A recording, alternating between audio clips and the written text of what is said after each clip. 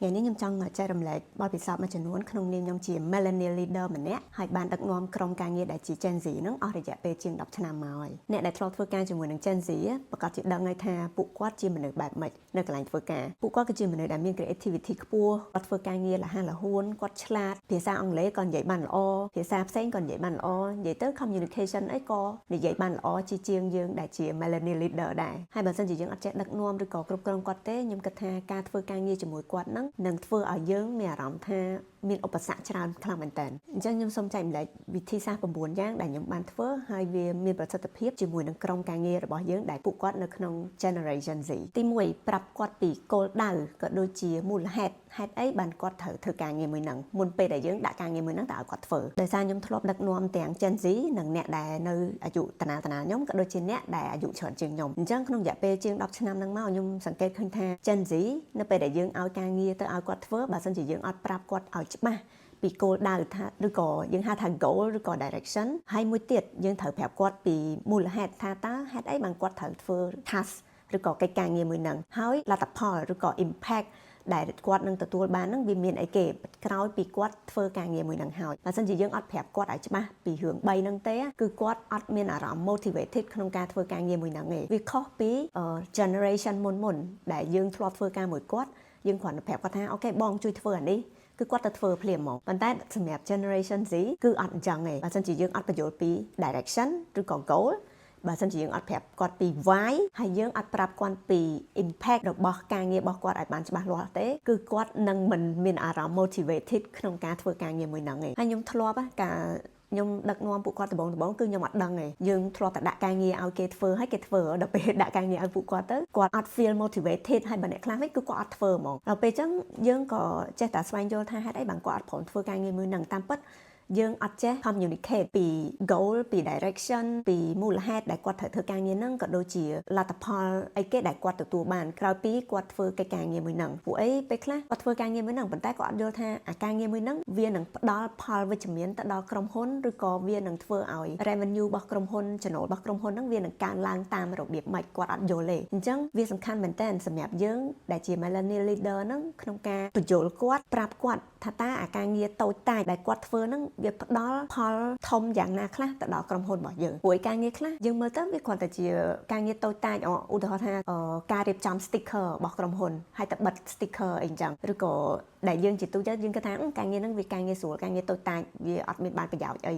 ទៅកាន់ក្រុមហ៊ុនអញ្ចឹងណាប៉ុន្តែតាមពិតក្រុមហ៊ុនមួយរីកចម្រើនបានមិនថាការងារតូចការងារធំទេគឺត្រូវតែល្អទាំងអស់បានយើងធ្វើទៅល្អនៅពេលដែលយើងធ្វើការងារទាំងតូចទាំងធំល្អទើបក្រុមហ៊ុនរីកចម្រើនទៅបានទី2 give them the context ពេលដែលយើងដាក់ការងារមួយឲ្យគាត់ធ្វើយើងគួរតែបញ្យល់ប្រាប់គាត់ផងថាអូខេ context បរិបទរបស់ការងារហ្នឹងវាយ៉ាងម៉េចស្ថានភាពបច្ចុប្បន្នវាមិនអីមិនអញ្ចឹងណាកុំឲ្យថា context ហ្នឹងវាមានទាំងនៅក្នុងក្រុមហ៊ុនវាមានទាំងក្រៅក្រុមហ៊ុនខ្ញុំលើកឧទាហរណ៍ពេលដែលបុគ្គលិកថ្មីគាត់ចូលមកពេលដែលគាត់ចូលមកយើងស្រាប់តែឲ្យការងារគាត់ធ្វើភ្លាមយើងអត់ប្រាប់គាត់ថាអូខេនៅក្នុងការងារមួយហ្នឹងគាត់ត្រូវតាក់ទងអ្នកណាគេខ្លះអ្នកណាមានអត្តចរិតមិនត្រូវ deal ជាមួយគេមិនពួកឯការងារខ្លះគាត់ត្រូវ deal ជាមួយនឹង chief level ឬក៏គាត់ត្រូវ deal ជាមួយនឹង cross department ដែល cross department ខ្លះអាចថាពិបាកក្នុងការដោះស្រាយជាមួយអញ្ចឹងយើងគួរតែប្រាប់គាត់ថាតើ context របស់ការងារហ្នឹងមិន nature របស់ការងារហ្នឹងមិនអ្នកដែលគាត់ត្រូវ deal ជាមួយហ្នឹងយ៉ាងម៉េចរឿងទាំងអស់ហ្នឹងដែលគេហៅថា context ហើយ context ដែលខ្ញុំលើកនិយាយមកហ្នឹងវាគ្រាន់តែជា internal context ទេវាមាន external context បន្ថែមទៀតអញ្ចឹងវាសំខាន់ខ្លាំងមែនទែនសម្រាប់យើងក្នុងការប្រាប់គាត់ពី context បានច្រើនប៉ុណ្ណាគឺល្អកាន់តែខ្លាំងដោយសារវាអាចងាយស្រួលសម្រាប់គាត់ក្នុងការបត់បែនទៅតាមកលៈទេសៈក្នុងការធ្វើការងារហ្នឹងឬក៏បត់បែនទៅតាមអត្តចរិតរបស់បុគ្គលដែលគាត់នឹងត្រូវធ្វើការជាមួយហើយបើសិនជាគាត់យល់ context បានកាន់តែច្រើនគឺគាត់ធ្វើការងារហ្នឹងបានកាន់តែមានប្រសិទ្ធភាពទី3 design KPI ឬក៏ OKR ជាមួយគាត់កុំធ្វើតែឯងនៅក្រុមហ៊ុនខ្លះពេលដែលយើង set KPI ឬក៏ OKR ហ្នឹងគឺយើងធ្វើតែម្នាក់ឯងទេឬក៏ធ្វើជាមួយនឹងខាងថ្នាក់លើអញ្ចឹងណាពេលយើងបាន finalize លេខហ្នឹងហើយយើងយកលេខហ្នឹងយកទៅឲ្យគាត់ក្នុងការ implement ប្រាប់គាត់ថាឥឡូវយើងត្រូវមាន planning ធ្វើគម្រោងអីសកម្មភាពផ្សេងៗដើម្បីទទួលឬក៏ achieve លេខទាំងអស់ហ្នឹងឬក៏ KPI ទាំងអស់ហ្នឹងពេលដែលយើងធ្វើ KPI ឬក៏ OKR ហ្នឹងតែឯងឬក៏ជាមួយនឹងថ្នាក់លើហើយយើងបោះ លេខទាំងអស់ហ្នឹងទៅឲ្យគាត់អ្នកអនុវត្តគឺគាត់មានអារម្មណ៍ថាមានសម្ពាធខ្លាំងព្រោះអីគាត់គិតថាលេខហ្នឹងមិនដឹងចេញមកពីណាគាត់អត់មានអារម្មណ៍ថាគាត់ជឿជាក់ខ្លួនឯងក្នុងការ achieve KPI ទាំងអស់ហ្នឹងគាត់មានអារម្មណ៍ថា struggle pressure ខ្លាំងហ្មងអញ្ចឹងដើម្បីជៀសវាងកុំឲ្យគាត់មានអារម្មណ៍ថាមានសម្ពាធមានអារម្មណ៍ថាគាត់អាចធ្វើទៅបានគឺខ្ញុំតែងតែធ្វើ KPI ឬក៏កន្លែងខ្លះគេអត់និយាយ KPI ទេគេប្រើ OKR គឺខ្ញុំធ្វើជាមួយគាត់ហ្មងអញ្ចឹងទាំងយើងទាំងគាត់គឺយើងពិភាក្សាគ្នាថាតើ KPI ឬក៏ OKR លេខប្រមាណដែលយើងគិតថាយើងអាច achieve បាននៅក្នុងរយៈពេល1ខែ3ខែឬក៏1ឆ្នាំហ្នឹងហើយនៅពេលដែលយើងធ្វើអាហ្នឹងជាមួយគាត់គឺគាត់មានអារម្មណ៍ថាគាត់មានទំនួលខុសត្រូវគាត់ take part នៅក្នុងការ discuss ហើយធម្មតាតែគាត់មានទំនួលខុសត្រូវគឺគាត់មានអារម្មណ៍ថា motivated ក្នុងការធ្វើសកម្មភាពទាំងអស់ហ្នឹងដើម្បីឲ្យ achieve KPI ឬក៏ OKR ទាំងអស់ហ្នឹងហើយទី4ចែករំលែកអា final KPI ហ្នឹងទៅកាន់ក្រុមការងាររបស់យើងដែលជា Gen Z ហ្នឹងធម្មតានៅពេលដែលយើង discuss KPI ជាមួយពួកគាត់ហើយមិនមែនថាយើងគិតថាលេខប៉ុណ្ណឹងយើងអាចទទួលបានfor example យើងគិតថាយើងអាចទទួលបាន revenue ប៉ុណ្ណេះក្នុងរយៈពេល1ខែ3ខែឬក៏2 quarter អីចឹងទៅអញ្ចឹងទោះថាពេលដែលយើងដាក់លេខទាំងអស់ហ្នឹងខាង management ខាងលើគឺគាត់ approve អត់វាតែងតែ take some time សម្រាប់ពួកគាត់ក្នុងការ discuss ជាមួយយើងដែលជា middle management ហ្នឹងដើម្បី finalize number ហ្នឹងថាតើវាជាសមហេតុផលមែនអត់ពួកអីពេលខ្លះលេខដែលយើងដាក់ទៅហ្នឹងវាអត់ទាន់ stretch enough អញ្ចឹងនៅពេលដែលយើងដែលជា middle management ហើយយើងទៅ discussពិភាក្សាជាមួយនឹងថ្នាក់លើដែលគាត់ជា chief level ហើយយើង finalize number នឹងជាមួយពួកគាត់ដែលនៅថ្នាក់លើហើយគឺយើងគួរតែចែករំលែកអា final number ហ្នឹងទៅឲ្យក្រុមការងារយើង be transparent ហើយក្នុងការ set KPI ហ្នឹងក៏ខ្ញុំធ្វើមាន3 case ដូចគ្នា case ទី1គឺ worst scenario case ទី2គឺ case ធម្មតាហើយ case ទី3គឺ best scenario ឬក៏ best case ចឹងទៅអញ្ចឹងនៅពេលដែលយើង set KPI បើសិនជាអាចគួរតែដាក់3ហ្នឹងវាល្អព្រោះយើងអាច set expectation សម្រាប់ Gen Z ក៏ដូចជាយើង set expectation សម្រាប់ថ្នាក់លើដូចគ្នាឧទាហរណ៍បើសិនជាសេដ្ឋកិច្ចមានការពិបាកឬក៏មានបញ្ហាណាមួយដែលយើងមិនអាច predict ទុកមុនបានអញ្ចឹង revenue លេខ revenue ឬក៏លេខអីផ្សេងក៏ដោយដែលយើង set ជា KPI ហ្នឹងវា fall ទៅក្នុង category worst scenario មួយទៀតឧទាហរណ៍ថា everything is going as normal សេដ្ឋកិច្ចក៏ដើរស្រួលអញ្ចឹងវាអាចយ៉ាងហោចណាស់ក៏យើងអាចធ្វើបាននៅក្នុងអា normal case ដែលយើងបាន estimate នឹងដែរហើយ the best case scenario គឺនៅពេលដែលយើងមាន more resource អាចថាមាន more marketing budget ដែលខាងលើគាត់អាចដាក់ឲ្យឬក៏វាអាចមាន case អីច្រើនដែលយើងអាចធ្វើទៅបាន stretch យើងប្រើពាក្យ stretch យើងប្រឹងខ្លាំងមែនតើ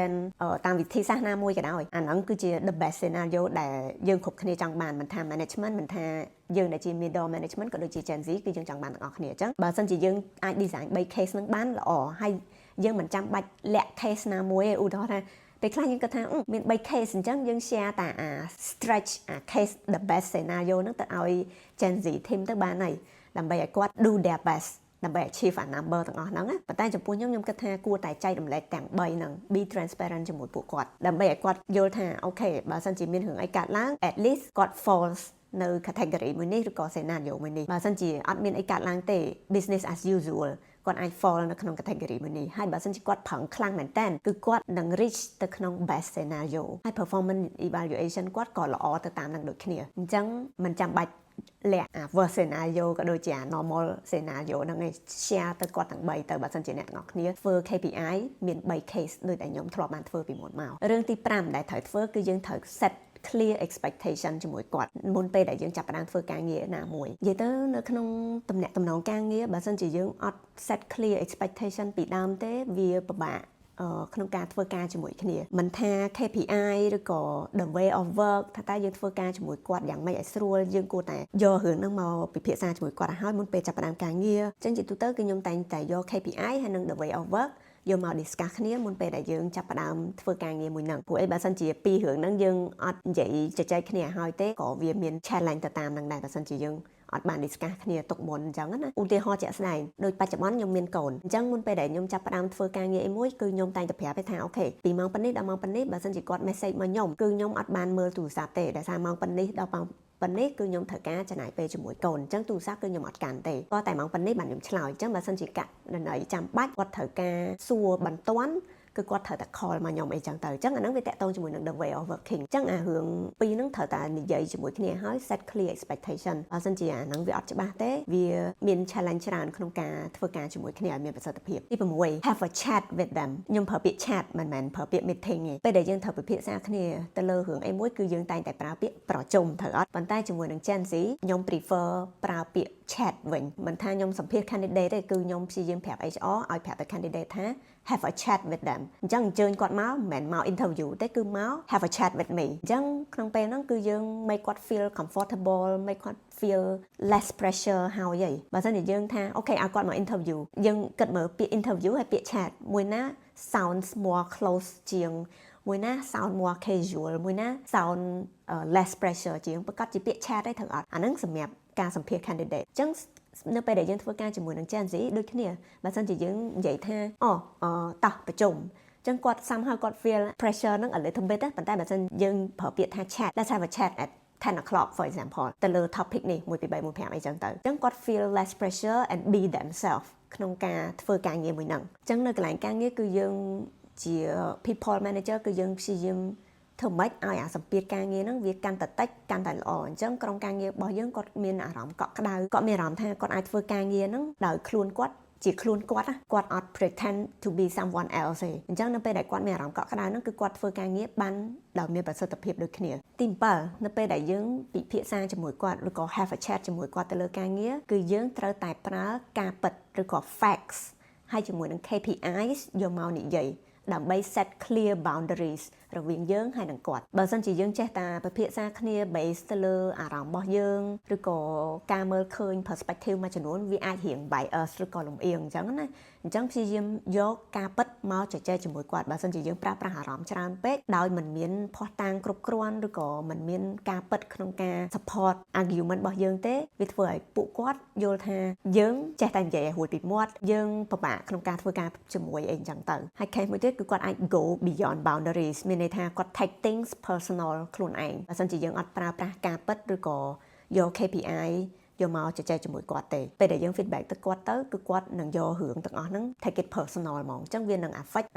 friendship របស់យើង outside work ហ្នឹងទី8ធ្វើឲ្យគាត់ own task មួយហ្នឹងហើយ responsible ទៅលើ task មួយហ្នឹងមានន័យថាពេលដែលយើងដាក់ការងារអីឲ្យគាត់ធ្វើឬក៏គាត់មាន idea ចង់ធ្វើការងារមួយហ្នឹងគឺយើងត្រូវតែឲ្យគាត់ own អាហ្នឹងហើយ be responsible for the result ព្រោះការងារខ្លះគាត់ own មែនប៉ុន្តែមិនមែនគាត់ជាអ្នកធ្វើជាពិសេសការងារតាក់ទងជាមួយនឹង project management អញ្ចឹងឧទាហរណ៍ថាការងារហ្នឹងគាត់ own វាប៉ុន្តែគាត់មិនមែនជាអ្នកធ្វើទេអញ្ចឹង at the end of the day គឺគាត់ត្រូវតែ responsible ទៅលើលទ្ធផលដែលគាត់នឹងទទួលហើយយើងអត់ចាំបាច់លូកដៃច្រើនក្នុងការជួយគាត់ទៅលើការងារមួយហ្នឹងទេអីដែលយើងត្រូវធ្វើគឺយើងត្រូវ support គាត់ហើយ remove obstacles ដែលគាត់ជួបalong the way ដែលគាត់កំពុងធ្វើការងារមួយហ្នឹងហាមដាច់ខាត micro manage គាត់ចំណុចចុងក្រោយដែលខ្ញុំបានធ្វើគឺខ្ញុំ set a regular chat session ជាមួយគាត់អាចថាមួយអាទិត្យម្ដងឬក៏ពីរអាទិត្យម្ដងអីចឹងទៅអាស្រ័យទៅលើ